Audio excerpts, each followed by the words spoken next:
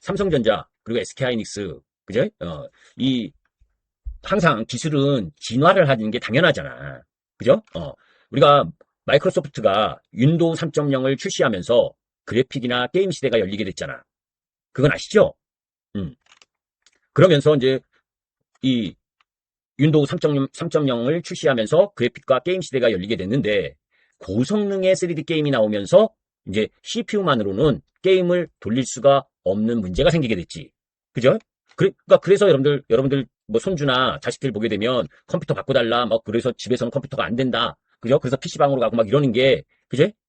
그런 부분 때문이라고. 그래서 그래픽을 처리하는 전용 칩이 필요하게 된 거고. 그죠? 그래서 인텔의 펜티엄과 그래픽 전용 칩인 엔비디아의 GPU가 그래픽 처리 장치 아니야. 그죠? 이게 이제 결합되면서 본격적인 게임 시대가 열리게 된 거지. 그죠? 그래서 그래픽 처리 장치인 GPU는 게임을 위해서 태어났는데 게임뿐만이 아니라 계산을 동시에 처리하는 능력이 뛰어나. 그래서 GPU의 활용 범위가 점점 넓어지기 시작을 한 거지. 그래서 CPU 위에 GPU 그리고 DRAM 이제 이런 세 개가 복합적인 구조가 나오면서 대규모 계산을 GPU가 처리해서 CPU의 부담을 줄이고 DRAM이 계산에 필요한 자료 공간을 제공하게 되는 상황. 그런데 문제가 발생해. DRAM에 문제가 발생을 하는데 DRAM이 속도가 너무 느려. 그죠? 그래서 CPU하고 GPU가 아무리 빨리 일을 처리해도 DRAM이 느리면 기다리는 시간이 많아지게 되잖아. 그래서 CPU나 GPU가 계산을 빠르게 처리하려면 데이터를 읽는 게 중요해진 거야. 그죠? 그러면 그 데이터를 보관했다가 넘겨주는 게 DRAM의 역할이잖아.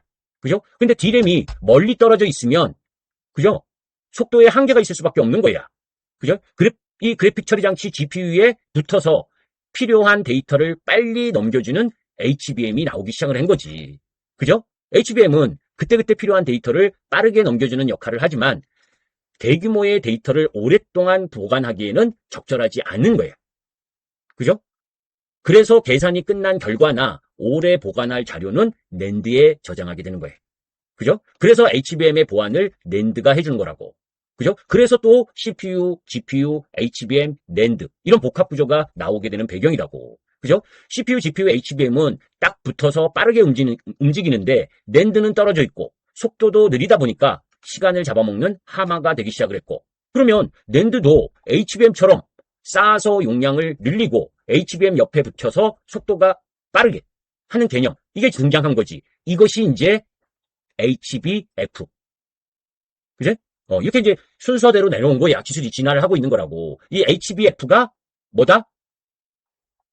SK하이닉스의 하이밴드위치 플래시. 그죠? 그래서 AI 작업을 수행할 때 GPU가 계산하는 시간은 30% 수준에 불과한데 속도 향상을 위해서는 GPU가 계산하지 않는 나머지 시간을 줄일 필요가 있고 시간 도둑 중 하나가 낸드야. 그래서 낸드의 효율을 올려서 HBM은 HBF와 데이터를 주고받는 흐름이 나오기 시작을 하는 거라고. 그래서 낸드를 대체하는 정도는 아니고 HBM과 낸드 사이에서 자주 쓰는 정보를 빠르게 쓸 수 있게 해주는 간이 저장소 개념인 거지. 그죠? 그래서 HBF도 HBM처럼 층층이 쌓아 올리는 방식이라 HBM에 쌓는 기술이 있으면 아무래도 경험이 있으니까 유리하겠지. 그래서 HBM에 앞서 나가던 SK하이닉스가 지금 이런 HBF를 주도하는 상황이 된 거예요. 그죠? 그 가운데에서 SK하이닉스는 낸드의 강점이 있는 샌디스크와 HBF를 공동으로 개발을 하고 있고 구글이 합류를 했고 그죠? 그래서 올해 하반기에 SK하이닉스 같은 경우에는 이 HBF에 샘플을 내놓고 2027년도에 양산을 목표로 한다고 밝힌 상황이고 그죠? 그게 이제 이 이야기가 왜 나왔었냐면 그 8월 4일부터 6일까지 그 캘리포니아 산타클라라에서 이 FMS라고 퓨처 오브 메모리 앤 스토리지 2026이 열렸잖아요. 그때 이제 그 FMS에서 나온 기술 개발과 관련된 이야기가 나왔던 거라고. 요 FMS는 FMS 2026은 세계 최대급 메모리 스토리지 행사. 그래서 삼성전자, SK하이닉스, 마이크론, 키옥시아, 샌디스크 이게 이런 회사들 뭐 전 세계 가장 좋은 회사들이 다 만나는 타임인 거지. 그죠? 여기에서 이제 SK하이닉스가 조금 전에 이야기한 하이밴드위치 플래시 HBF 전략과 개발 방향을 발표했고 낸드를 이용해서 HBM이 담당하기 어려운 대용량 영역을 공략하겠다는 전략을 발표한 거고.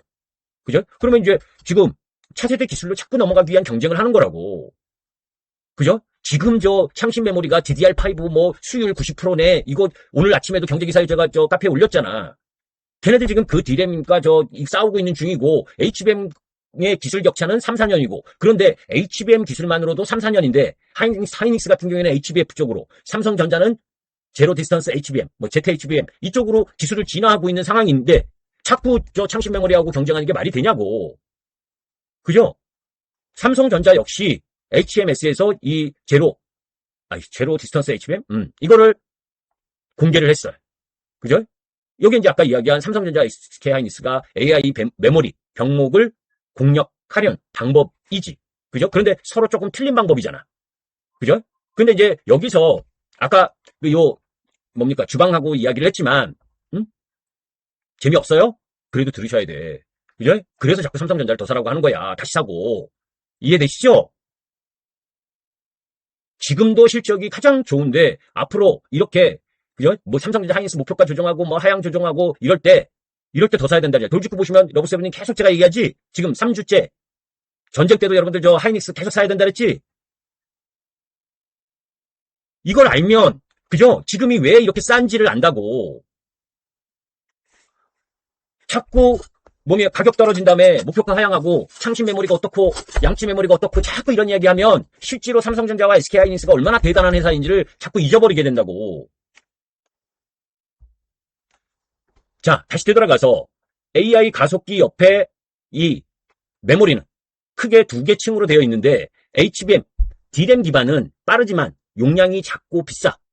그죠? 그래서 HBM은 가격이 비싼 거야.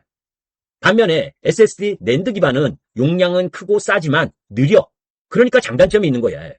그죠? 그래서 HBM으로 용량을 확장하려고 하니 너무 비싸고 저렴한 SSD 용량을 늘리면 너무 느려서 AI 추론 속도를 못 따라가고. 그죠? 그러니까 SK하이닉스와 샌디스크의 HBF는 새로운 층을 만들어서 끼워 넣어서 문제를 해결하는 방식인 거예요. 그죠? 낸드 플래시를 수직적으로 쌓아서 HBM과 같은 적층 구조를 만들어서 D램 대신 낸드를 써서 용량을 키우겠다는 거거든. 그죠? 그래서 HBM과 SSD 사이에 새로운 중간 계층을 넣어서, 그죠? 다리 역할을 하는 거지. 그죠? 결국 HBF의 타겟은 큰 용량을 저렴하게 담아두는 추론용이고, HBM을 대체하는 게 아니라 공존하고 보완하는 개념. 그 정도로 이제 이 HBF를 보면 되고, 삼성전자의 제로 디스턴스 HBM은 D램 기반 HBM에서 재료를 바꾸는 게 아니고 HBM의 위치를 바꾸는 거. 그죠? 그래서 지금까지는 HBM을 AI 가속기 옆에 붙였는데 이 GHBM은 가속기 위에 수직적으로 얹어서 데이터 이동 거리를 줄이는 거. 그러니까 횡적으로 하느냐 수직적으로 하느냐의 차이. 그죠? 그게 이제 HBF와 이 제로 디스턴스 HBM의 차이야. 그죠? 그래서 삼성전자는 ZHBM이 앞으로 나올 HBM5를 대비해서 아까 이야기했듯이 8배, 그죠? 8배 정도 빠르고, 여기는 뭐 5배라고 그러는데, 8배 정도 빠르다고 해. 5배인지 8배인지 뭐 그건 뭐 검증을 해봐야 알겠지만, 그런 가운데에서 전력 대비 전력 효율은 3배 정도 더 좋고, 그죠? 그게 이제 아까 이렇게 이제 주방을 예로 들어서, 요게 보여준 거라고, 그죠? AI 가속기를 요리사라고 하면, 그죠? 결국은 이 조리대에 얼마나 빠른 속도로 요리 재료를 조리대에 가지고 오느냐의 흐름인데, 그죠? 요 HBF 같은 경우에는 조리대 바로 옆에 뭡니까? 뭐 대형 냉장고 이런 것들을 놔서 바로바로 꺼냈을 수 있게끔, 그죠? 그런 식으로 만든 거고, 그러니까 뭡니까? 대형 냉장고도 옆에 있고 하니까 뭐 창고까지 갔다 올 일이 없으니까 시간이 줄어들게 되는 거지. 그죠? 그런데 창고에 넣는 것보다, 그죠?